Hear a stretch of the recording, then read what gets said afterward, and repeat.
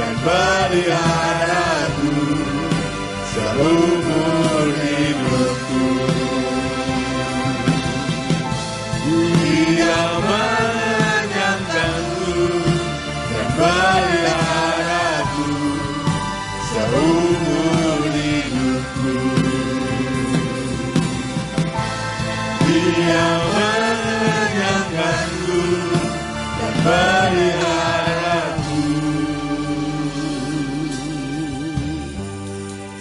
seumur hidupku.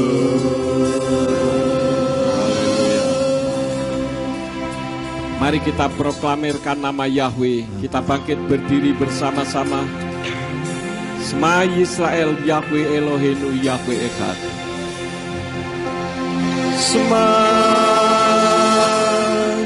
Yisrael, Yahweh Eloheinu,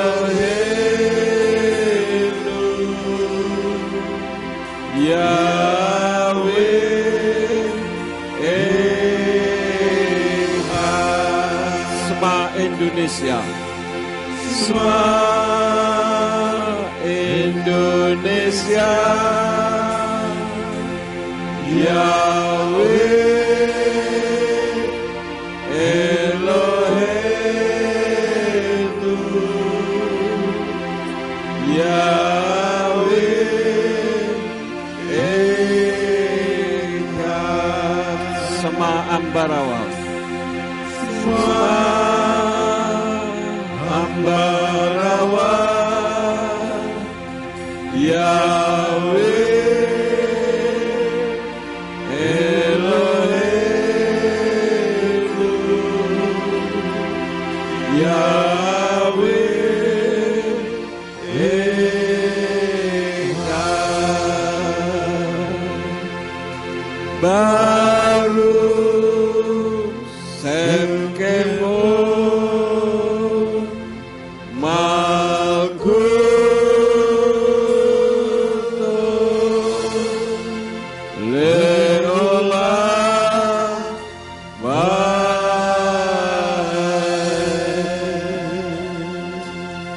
Dengarlah hai Israel, dengarlah hai Indonesia, dan dengarlah Ambarawa. Yahweh Elohim kita adalah Echad. Dialah satu-satunya Elohim yang berhak untuk menerima hormat, pujian, dan syukur. Karena dialah pencipta alam semesta, beserta dengan segala isinya, langit dan bumi. Terima kasih kalau pada pagi hari ini Tuhan memberi kesempatan untuk kami memuji dan meninggikan nama-Nya. Sekarang ya Tuhan, kami akan mendengar firman-Mu. Urapi hamba-Mu dan urapi setiap kami yang mendengar firman-Mu dengan urapan yang sama. Agar firman yang ditaburkan dapat kami pahami dan kami mengerti di dalam kehidupan kami. Dan jika ada kuasa penguasa roh jahat di udara yang akan merebut kebenaran firman, kami tolak dan kami patahkan di dalam nama Yesus HaMashiach. Pergi kau keluar, tinggalkan tempat ini dan tinggalkan setiap hati dan pikiran kami. Karena hati dan pikiran kami hanya kami tujukan bagi kebenaran firman saja. Berikan kemampuan kepada kami bukan hanya untuk mendengar firman-Mu saja, melainkan juga melakukannya di dalam kehidupan kami. Tegur kami dan ajar kami ya Bapa. Kami siap mendengarkan firman-Mu. Demi nama Adonai Yeshua HaMashiach. Haleluya. Semua yang percaya katakan amin. Silakan duduk. Bapak Yahweh memberkati. Shalom Aleichem. Puji Bapak Yahweh, Bapak Ibu saudara sekalian, sesuai dengan flyer yang sudah saudara terima, pada hari ini saya akan menyampaikan firman yang saya beri judul Pengenalan Kehendak Elohim. Karena seringkali kalau kita tidak mengenal kehendak Elohim, maka seringkali kita salah pengertian terhadap Tuhan kita. Untuk itu mari kita membuka di dalam kitab Kolose pasal 1 ayat 9 sampai ayat yang ke-12. Kolose 1 ayat 9 sampai 12 dari Indonesian Literal Translation berbunyi demikian. Karena itu pula, sejak hari ketika kami mendengarnya, kami tidak berhenti berdoa bagi kamu dan memohon agar kamu dapat dipenuhi pengenalan tentang kehendaknya dalam segala hikmat dan pengertian rohani, supaya kamu hidup bagi Tuhan dengan layak di dalam segala perkenan, dalam setiap perbuatan baik, dengan menghasilkan buah dan bertumbuh kepada pengenalan akan Elohim, sambil dikuatkan dengan segenap kekuatan sesuai dengan kuasa kemuliaannya ke dalam segala ketekunan dan kesabaran dengan sukacita, seraya mengucap syukur kepada Bapa yang telah melayakkan kita sebagai penerima bagian warisan orang-orang kudus di dalam terang. Amin buat firman Tuhan, dan saya garis bawahi kalimat yang berikut ini. Dari ayat yang ke-9, kami tidak berhenti berdoa bagi kamu. Siapa yang berdoa, saudara-saudara? Rabi Saul, karena ini adalah tulisan Rabi Saul kepada sidang jemaat di Kolose. Dan memohon agar kamu dapat dipenuhi pengenalan tentang kehendaknya. Sekali lagi saya garis bawahi, pengenalan tentang kehendaknya dalam segala hikmat dan pengertian rohani. Jadi pengenalan tentang kehendak Elohim itu berdasarkan hikmat dan pengertian rohani. Nah, untuk mengenal kehendak Elohim itu ada beberapa cara. Yang pertama adalah mempelajari kitab suci, karena kita menyadari bahwa kitab suci itu berisi petunjuk, perintah, dan ajaran yang mampu mengungkapkan kehendak Elohim. Jadi kita bisa tahu apa kehendak Elohim kalau kita membaca kitab suci, mempelajari kitab suci. Karena kitab suci itu berisi petunjuk, perintah, dan ajaran bagaimana kita mendapat kemampuan untuk mengungkapkan kehendak Elohim di dalam kehidupan kita. Oleh karena itulah maka di dalam kitab 2 Timotius 3 ayat yang ke-16 dari Indonesian Literal Translation katakan, semua kitab diilhami Elohim dan bermanfaat untuk pengajaran, untuk teguran, untuk perbaikan, untuk pendidikan dalam kebenaran.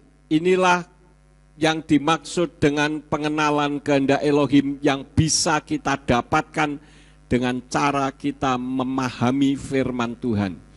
Karena itulah maka kekristenan itu bukan yes man, pokoknya terima saja. Karena ada pengajaran bahwa kita ini tidak boleh bertanya. Ini keliru. Di dalam kekristenan justru kita diminta untuk bertanya. Karena kitab suci ini teruji, saudara-saudara. Ya. Kalau kita tidak tahu, maka kita tidak memahami apa kehendak Elohim di dalam kehidupan kita. Oleh karena itulah maka supaya kita tahu kehendak Elohim, kita baca kitab suci, kita minta hikmat dan pengertian rohani, apa kehendak Tuhan bagi kehidupan saya, bagi kehidupan saudara. Yang terjadi justru sebaliknya. Orang tidak bertanya kepada Tuhan untuk kehendaknya, tetapi meminta petunjuk kepada yang sudah mati. Dan ini realitasnya banyak terjadi, saudara-saudara. Dan itu sudah tertulis dalam kitab suci. Di dalam Ulangan pasal yang ke-18, ayat 10 sampai ayat yang ke-11, Ulangan 18 ayat 10 sampai 11 dari Indonesian Literal Translation dikatakan, janganlah didapati di antaramu seseorang yang membuat anak laki-laki atau perempuannya melintas di atas api sebagai seorang peramal ramalan, seorang pelihat atau seorang penenung, atau seorang penyihir, atau seorang pengucap mantra, atau seorang yang bertanya kepada arwah, atau seorang ahli nujum, atau seorang yang mencari petunjuk kepada yang mati. Lawang sudah mati kok dimintai petunjuk, saudara-saudara. Sekarang ini banyak orang aneh. Dulu pada saat ada pertandingan sepak bola dunia, ada yang minta petunjuk kepada gurita, ya. Gurita dimintain petunjuk, padahal guritanya juga nggak ngerti apa-apa.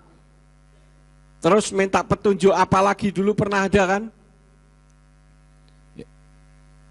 Ada yang tahu pernah minta petunjuk apa?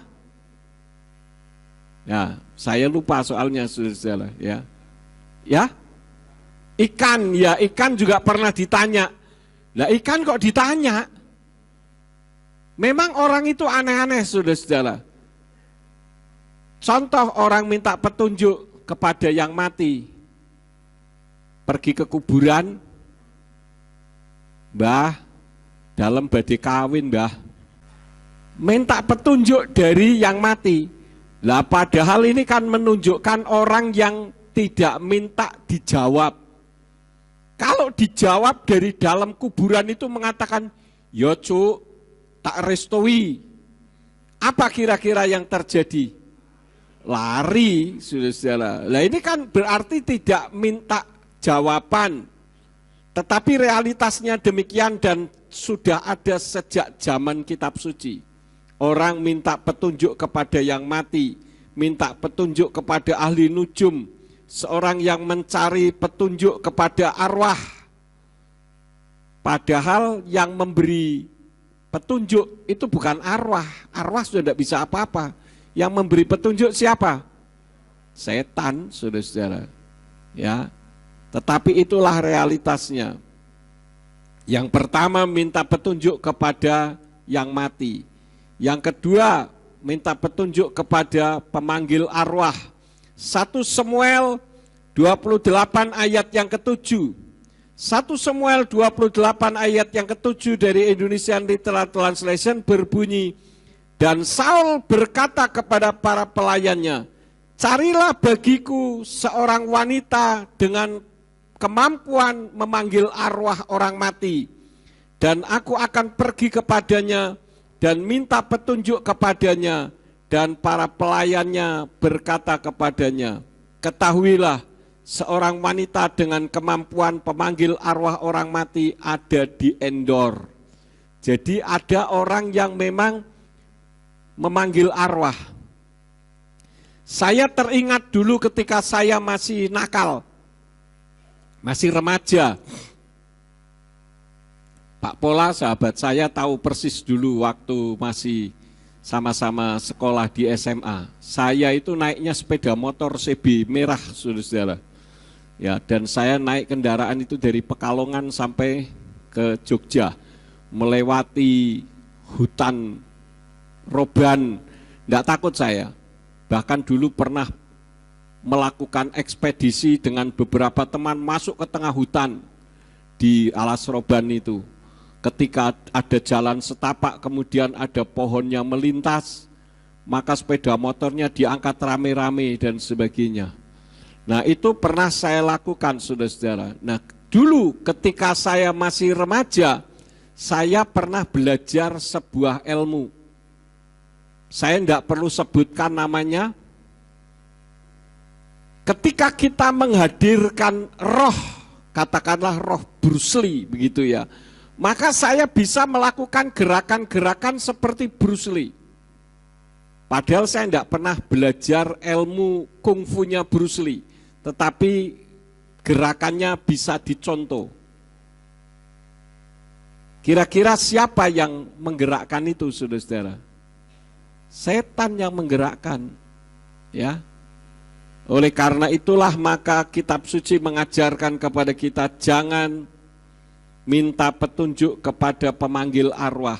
Mintalah petunjuk dari Elohim sesuai dengan kehendaknya. Memang kehendak Elohim dengan kehendak kita terkadang berbeda. Ya, nanti saudara akan lihat.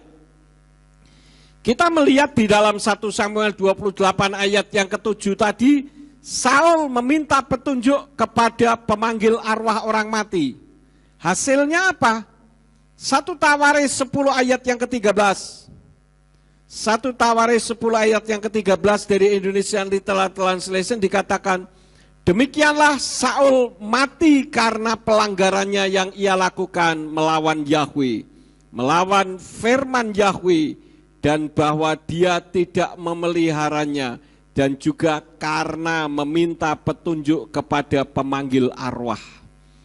Jadi kalau kita pergi kepada orang-orang pinter dalam tanda petik, saudara sudah membuat Yahweh marah. Jadi jangan sedikit-sedikit pergi ke dukun, minta pesugihan, atau minta supaya bisa laris dagangannya, supaya bisa dapat jodoh misalkan. Ini satu kekeliruan besar, saudara-saudara. Dan itu membuat Yahweh marah. Saya dulu waktu masih SMA, itu nakal, ya. Saya tukang bolos dulu sama Pak Pola.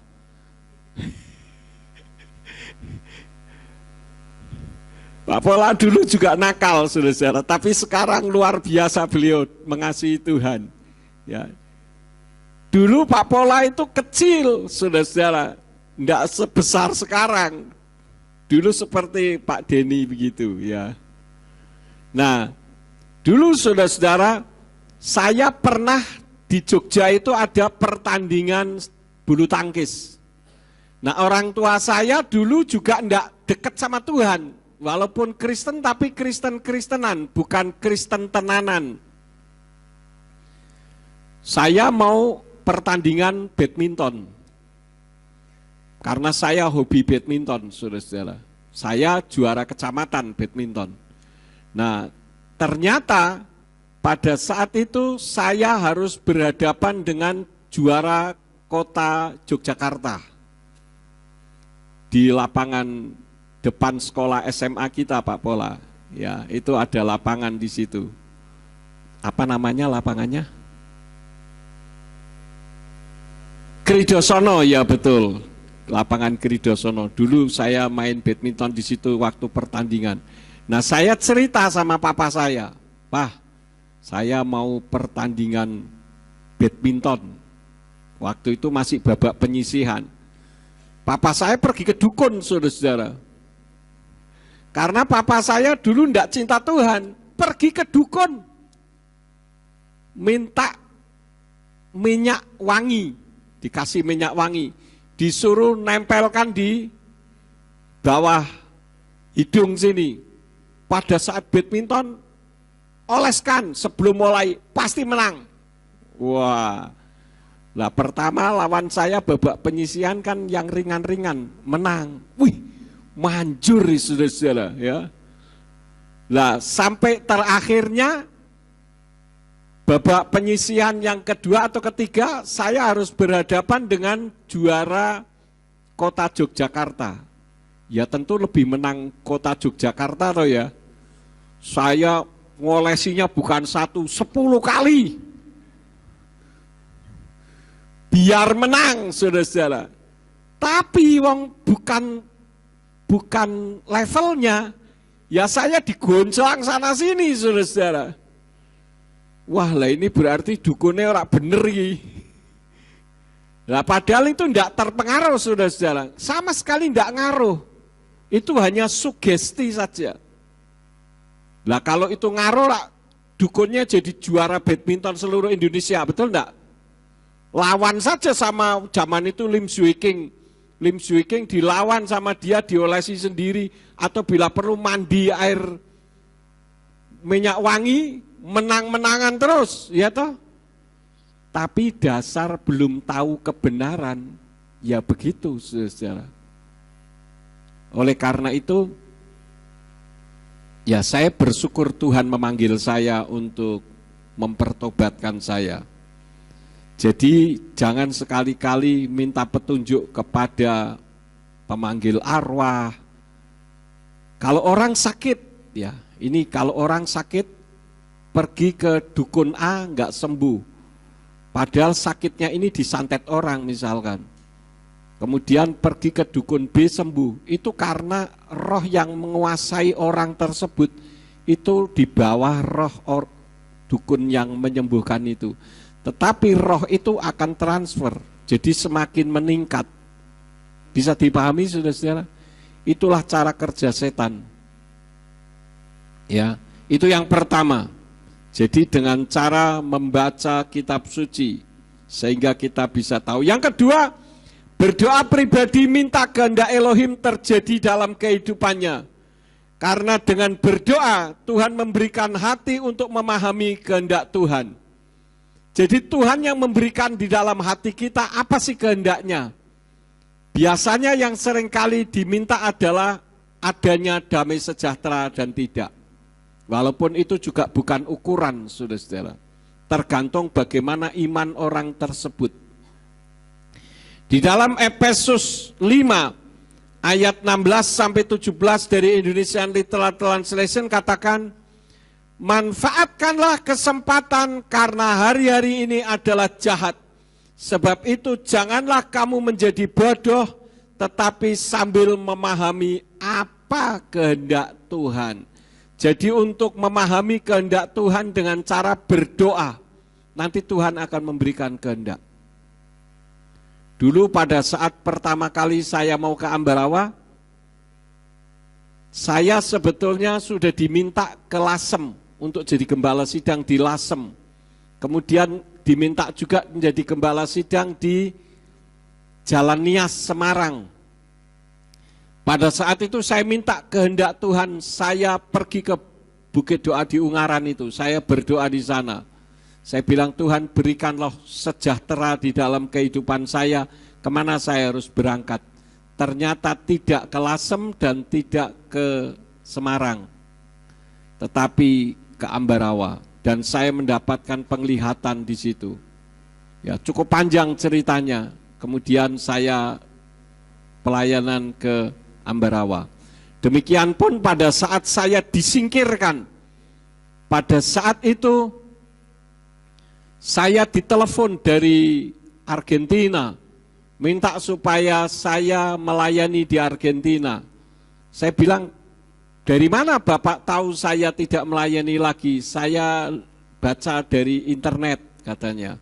Pak Yakub sekarang sudah bukan jadi gembala sidang lagi. Kami ada beberapa orang Indonesia di sini minta untuk Pak Yakub jadi gembala kami.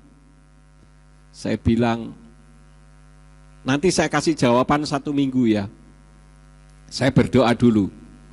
Nah, itu mencari kehendak Tuhan, saudara-saudara.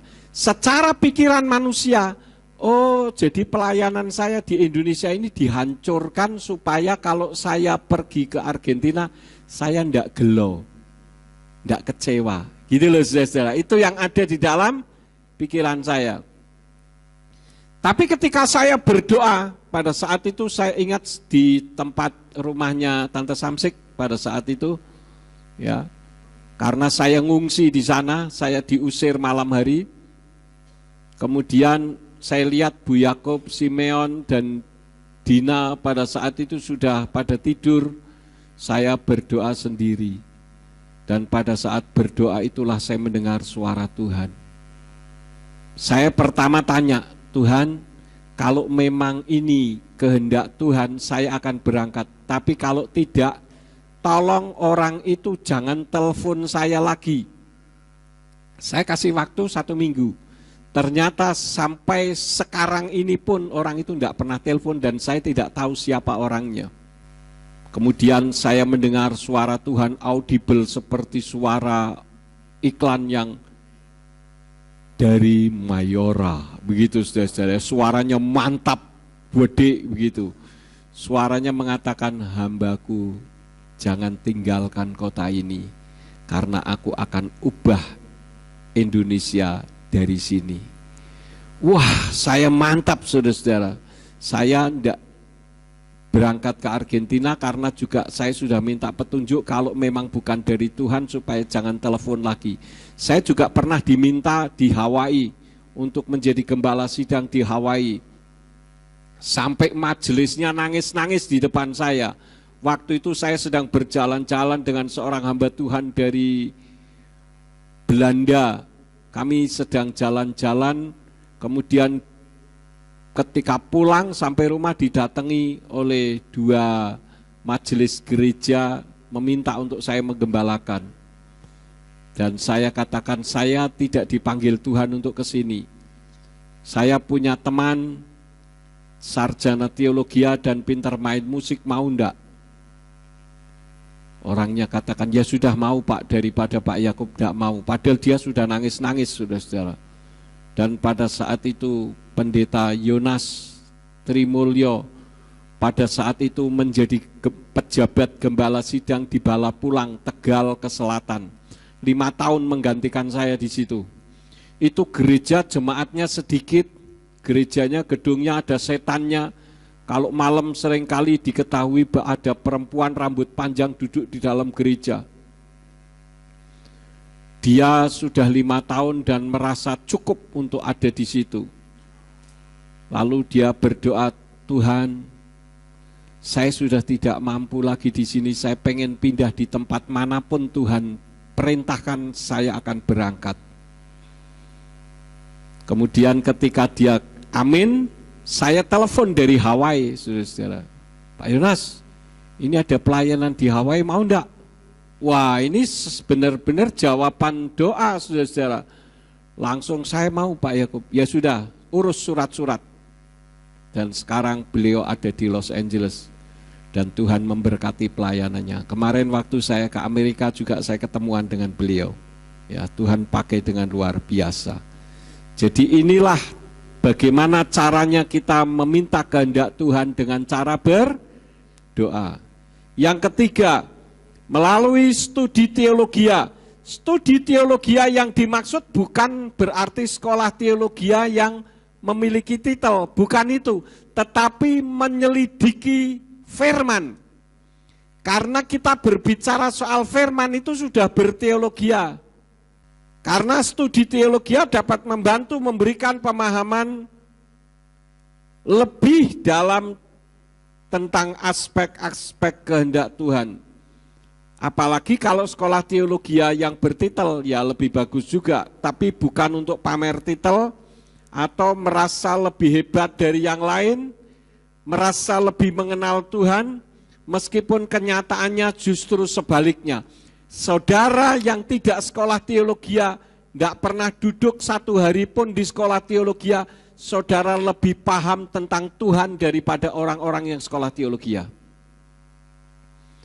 Buktinya yang sekolah teologi banyak juga yang menyangkal Yahweh, menolak. Nah ini kan aneh, saudara-saudara. Dan ini Tuhan pakai sesuai dengan apa yang tertulis di dalam kitab 1 Korintus 1 ayat yang ke-27. 1 Korintus 1 ayat yang ke-27 dari Indonesian Literal Translation katakan, akan tetapi Elohim telah memilih apa yang bodoh dari dunia. Maksudnya apa? Orang-orang teologi kan menganggap orang yang tidak sekolah teologi itu orang bodoh. Betul enggak? Supaya dia dapat mempermalukan mereka yang berhikmat, dan Elohim telah memilih apa yang lemah dari dunia, supaya dia dapat mempermalukan apa yang kuat. Saudara tidak sekolah teologi, saudara lebih tahu tentang Yahweh daripada orang yang bertitel berderet-deret dari ujung barat sampai ujung timur. Ini suatu kenyataan dan Tuhan pakai kita dengan luar biasa. Saudara bangga dipakai oleh Tuhan? Kita ini orang-orang pilihan, saudara-saudara. Kitab suci katakan banyak yang dipanggil, sedikit yang dipilih. Saudara termasuk pilihan Tuhan. Kenapa? Karena tidak gampang untuk menerima nama Bapa Yahweh, saudara-saudara. Dulu saya tidak pernah mau memberikan titel saya harus muncul-muncul, tidak perlu. Tetapi kenapa sekarang harus muncul? Karena orang yang bertitel itu menganggap orang yang tidak punya titel itu orang bodoh. Dulu ketika saya menyampaikan nama Yahweh, dibully mati-matian, disanggah katanya ini orang pengecut, tidak berani menunjukkan jati dirinya karena hanya sanggahan saja, tidak saya tunjukkan nama saya. Kemudian saya beri nama, ketika diberi nama masih dibully juga, dikatakan pantesan tidak punya titel, makanya ngawur. Nah, terpaksa titelnya disampaikan. Ya. Dan saya dulu sebetulnya sudah males sekolah S3 itu, males saudara-saudara. Kenapa? Karena waktu itu kita sedang dalam pergumulan kan. Sehingga ketika ada seseorang mau menyekolahkan saya S3, Pak Martin dari Jakarta yang menyekolahkan saya S3. Pak Yakub, ambil S3, ambil gelar doktor. Saya bilang, enggak ah, capek ah. Kalau mau dikasih mentahannya saja, saya bilang. Mau saya pakai untuk bangun gereja. Wah, ya enggak mau. Saya maunya Pak Yakub punya titel doktor supaya bisa masuk di dalam dunia institusi. Saya pikir benar juga. Ya sudahlah, saya kuliah saudara-saudara. Tiap saat ke Jakarta bolak-balik. Nah, setelah saya mendapatkan gelar S3, akhirnya saya bisa duduk satu meja bersama dengan para doktor dan profesor. Kalau enggak, mereka menganggap enteng. Saudara, kamu titelnya apa sih? Padahal titel itu hanya untuk nakut-nakutin tikus. Buktinya titelnya berderet-deret, nama Yahweh enggak ngerti. Disanggah mati-matian. Lah mau masuk surganya Allah, ini surganya berbeda.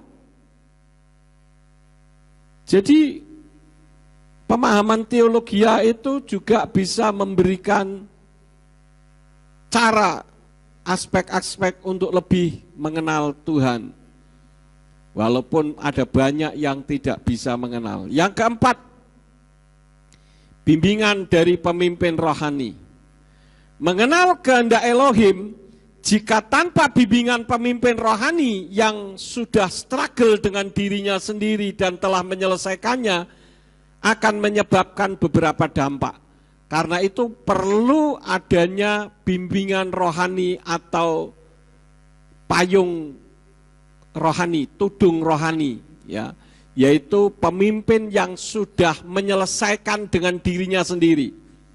Kalau dalam dunia sekuler misalkan Presiden kita Joko Widodo, itu orang yang sudah selesai dengan dirinya sendiri, sehingga walaupun punya power untuk korupsi, dia tidak mau korupsi. Karena itu maka dia dibenci oleh para koruptor. Nah, pemimpin rohani yang sudah menyelesaikan pergumulan dirinya, orang inilah yang berhak dan bisa menjadi petunjuk bagi saudara untuk mengenal Elohim. Sebab kalau tidak, maka akan berdampak yang pertama adalah memaksakan kehendak pribadi. Berapa banyak kita memaksakan kehendak pribadi, saya maunya seperti ini. Kalau ternyata tidak sampai kesampaian, sudah Tuhan, goodbye my love sajalah. Tidak usah dilanjut-lanjutkan, percuma, tidak ada Tuhan-Tuhanan, tidak ada Yahweh-Yahwean. Jangan saudara pikir tidak ada yang seperti ini. Ada, saudara-saudara. Ya, padahal tadinya sudah mengenal Bapa Yahweh. Jadi kalau kita tidak dibawa bimbingan dari pemimpin rohani yang sudah selesai dengan dirinya sendiri, yang kedua akan menyebabkan kecewa terhadap Tuhan. Berapa banyak orang kecewa sehingga pada akhirnya jadi ateis, tidak peduli lagi dengan masalah ketuhanan. Dan yang ketiga, tidak memahami bahwa kehendak Elohim itu pasti yang terbaik, karena jalan Tuhan itu sempurna dan tidak pernah salah. Jadi jangan sekali-kali menyalahkan Tuhan. Orang yang menyalahkan Tuhan adalah orang yang tidak tahu kehendak Tuhan. Di dalam 2 Samuel 22 ayat yang ke-31, 2 Samuel 22 ayat yang ke-31 dari Indonesian Literal Translation katakan apa? Bagi Elohim, jalannya adalah sempurna, firman Yahweh teruji. Dia adalah sebuah perisai bagi semua orang yang percaya kepadanya. Jadi kalau kita ini depend on Him, depend on Yahweh, bergantung kepada Bapa Yahweh atau gandol Gusti, saudara-saudara, maka semua kehendak Tuhan akan terrealisasi dalam kehidupan kita. Walaupun kehendak Tuhan itu terkadang sangat pahit. Gereja ini bisa ada karena kehendak Tuhan saya harus teraniaya dulu. Tidak ada mahkota tanpa salib. Tidak ada kebahagiaan tanpa penderitaan. Kalau Yesua tidak mati, kita semua tidak selamat. Jadi kalau ada di antara saudara sekarang ini sedang menghadapi tantangan dalam kehidupan, masalah dalam kehidupan, jangan mundur. Nanti sekali waktu kelak saudara akan memasuki masa-masa indah, happy ending, atau berakhir dengan kebahagiaan. Jadi jangan sedikit-sedikit kecewa. Berkaitan dengan waktu dan hasilnya, itu jelas sempurna kalau sesuai dengan kehendak Tuhan. Salah satu contoh orang yang tahu kehendak Tuhan adalah Daud. Kita buka ayatnya di dalam 2 Samuel 12.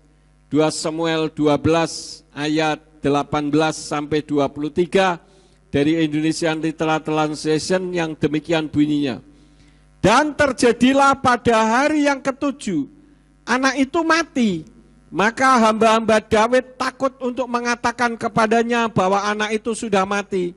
Karena mereka berkata, ketahuilah ketika anak itu masih hidup, kita berbicara kepadanya dan dia tidak mendengarkan suara kita. Dan bagaimanakah kita harus mengatakannya kepadanya, anak itu sudah mati, maka dia akan melakukan yang jahat. Dan Daud melihat bahwa hamba-hambanya sedang berbisik-bisik di antara mereka. Dan Daud mengerti bahwa anak itu telah mati. Dan Daud bertanya kepada hamba-hambanya, apakah anak itu sudah mati? Dan mereka menjawab, iya, sudah mati. Ayat 20, dan Daud bangun dari tanah, lalu mandi dan berurap. Dan dia mengganti pakaiannya, lalu masuk ke bait Yahweh dan bertelut. Kemudian dia masuk ke rumahnya, lalu ia meminta, dan mereka menyuguhkan roti baginya, dan dia makan. Ayat 21, dan hamba-hambanya berkata kepadanya, hal apakah yang telah engkau lakukan ini? Engkau berpuasa dan menangis untuk anak yang masih hidup. Tetapi pada waktu anak itu mati, engkau bangkit dan makan roti. Dan dia berkata, ketika anak itu masih hidup, aku berpuasa dan menangis. Karena aku berkata, siapa tahu Yahweh mungkin berbelas kasihan kepadaku. Dan anak itu bisa tetap hidup. Tetapi sekarang ia telah mati, mengapa aku harus berpuasa? Apakah aku membawanya hidup kembali? Aku akan pergi kepadanya, tetapi dia tidak akan kembali kepadaku. Ini kisahnya luar biasa. Ketika Daud melakukan tipu muslihat terhadap Uria, suami dari Batseba, ya, karena ketika orang sedang berperang, Daud jalan-jalan di atas sotoh rumah, dia melihat ada perempuan sedang mandi, dan perempuan itu Batseba, dia tertarik dengan bodinya yang seksi, dia ingin memilikinya. Nah, ketika itu maka dia tahu bahwa ini adalah istri dari pahlawan perangnya. Maka apa yang terjadi? Dibuatlah sebuah jebakan agar suaminya mati di medan perang. Maka terjadilah peperangan. Ketika sedang berperang, maka sesuai dengan skenario, ketika Uria berperang di tengah-tengah keramaian peperangan itu, semua rekan-rekannya mundur. Akibatnya dia terjebak dan akhirnya mati di dalam peperangan itu. Dan ketika mati, istrinya diambilnya jadi istrinya Daud. Kalau saudara sebagai anak buahnya Daud yang tidak tahu rekayasa itu, saudara akan acung dua jempol dengan mengatakan apa? wah ini pemimpin kita ini luar biasa, ya.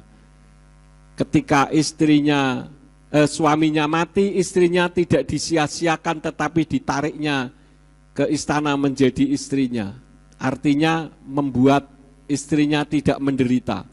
Kan seringkali terjadi termasuk di dalam gereja Tuhan ketika gembalanya meninggal, istrinya menderita.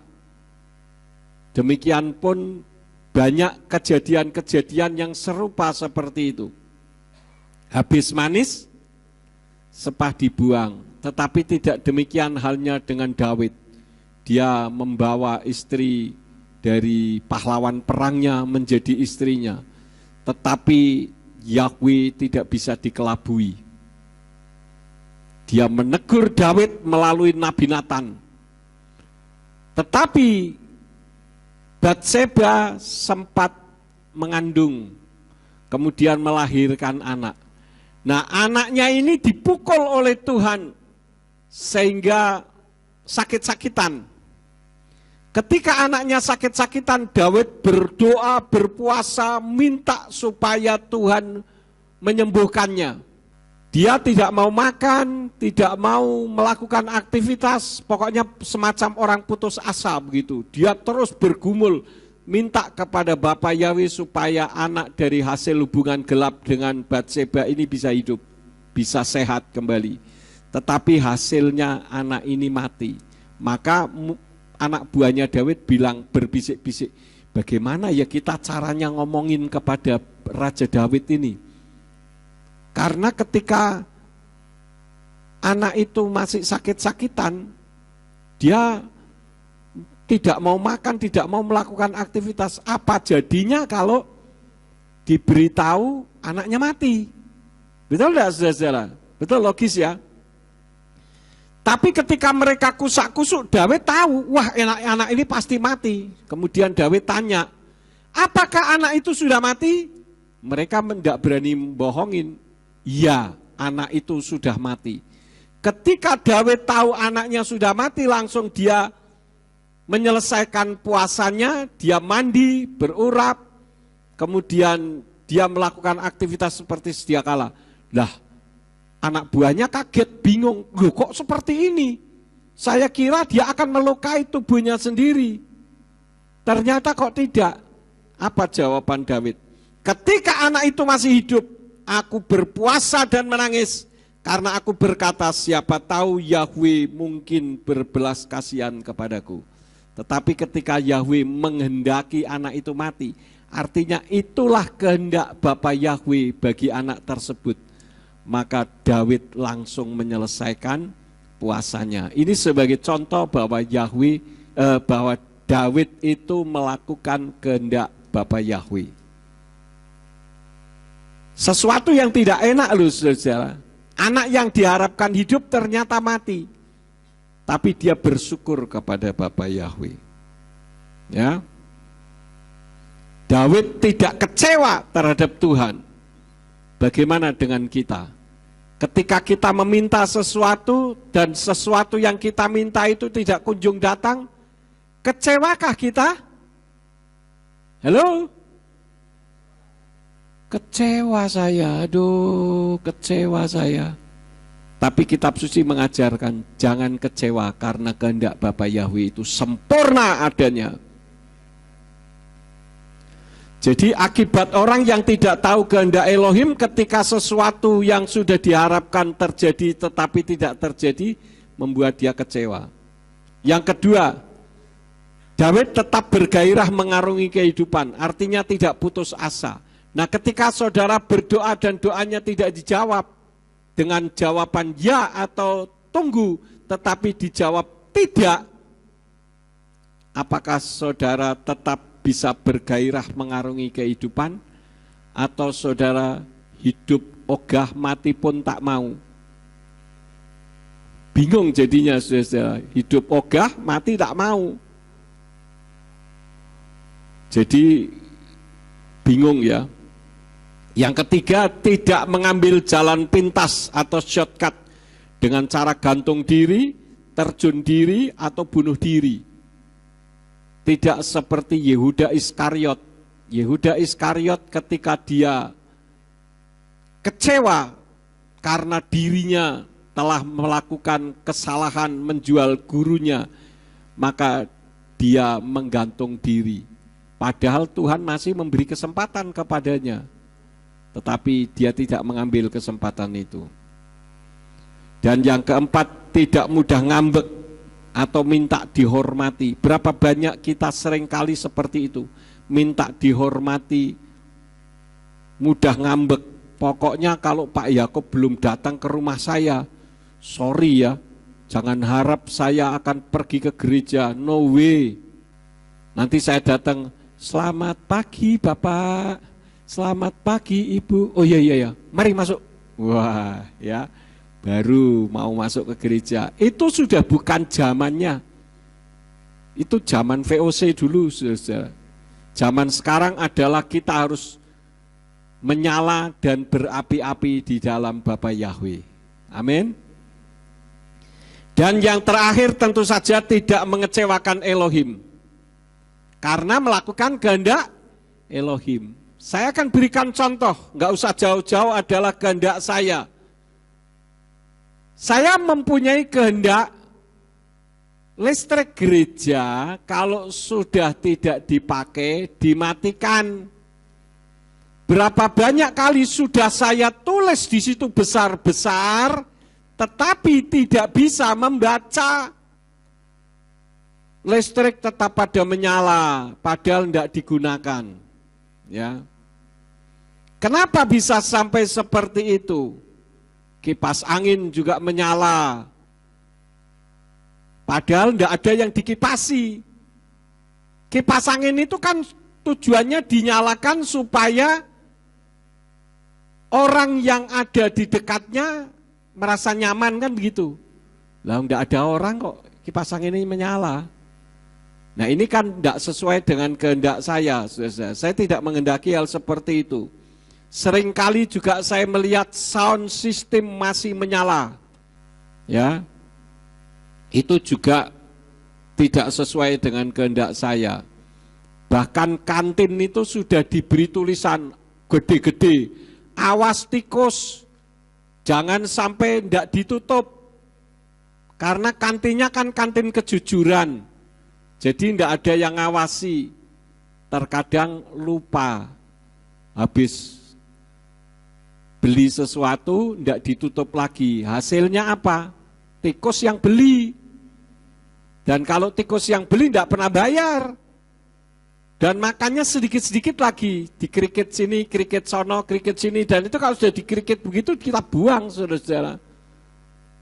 Dan itu merugikan untuk pekerjaan Tuhan. Bahkan sering juga saya melihat gereja pintunya tidak terkunci. Ini tidak sesuai dengan kehendak saya.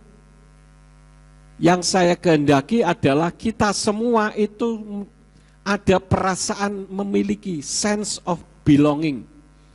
Ada rasa memiliki bahwa gereja ini milik saya. Gitu loh saudara-saudara. Paham? Gereja ini milik siapa? Saya. Ngomong, gereja milik saya. Ngomong bareng-bareng, 1, 2, 3. Ya gereja milik saya. Kalau gereja milik saya, kalau ada sesuatu yang tidak baik, ya harus diusahakan supaya baik. Ya. Bahkan saya lupa ya, alat-alat ini ada yang masih bunyi, kesenggol kaki saya dung, loh kok bunyi dung, berarti sound system belum mati, alat musik juga belum dimatikan. Nah ini salah satu contoh ya. Nah supaya saudara tahu kehendak saya bagaimana, saudara pelajari apa yang saya mau. Kalau saudara ingin tahu kehendak Tuhan, pelajari apa yang Tuhan mau. Begitu ya. Jadi kita harus memiliki kerinduan bahwa semua aset itu adalah milik saya. Itu ya. Aset gereja adalah milik saya. Ngomong rame-rame, 2, 3. Aja cok ngomong tok. Jangan hanya ngomong saja, tetapi harus dilakukan. Paham? Mari kita bangkit berdiri bersama-sama. Berkat daripadamu, mari kita angkat kedua belah tangan kita untuk menerima berkat Yahweh. Yevarka Yahweh wa mereka. Yahweh memberkati engkau dan memelihara engkau. Yair Yahweh pano eleka wikuneka. Yahweh menyinari engkau dengan wajahnya dan memberi engkau anugerah. Yisa Yahweh pano eleka wiyashem leka shalom. Yahweh menghadapkan wajahnya kepadamu dan memberi engkau damai sejahtera. Diberkatilah engkau di kota dan diberkatilah engkau di ladang. Diberkatilah buah kandunganmu, hasil bumimu dan hasil ternakmu, yakni anak lembu sapimu dan kandungan kambing dombamu. Diberkatilah bakulmu dan tempat adonanmu. Diberkatilah engkau pada waktu masuk dan diberkatilah engkau pada waktu keluar. Sekarang pulanglah dan terimalah berkat. Kasih Bapa Yahweh Sang Pencipta, kasih karunia Adonai Yeshua HaMashiach Sang Pembeli jiwa, dan Ruach HaKodes menyertai saudara sekalian sampai Maranatha. Adonai Yeshua HaMashiach datang kembali untuk yang kedua kali dan mengangkat kita semua. Haleluya.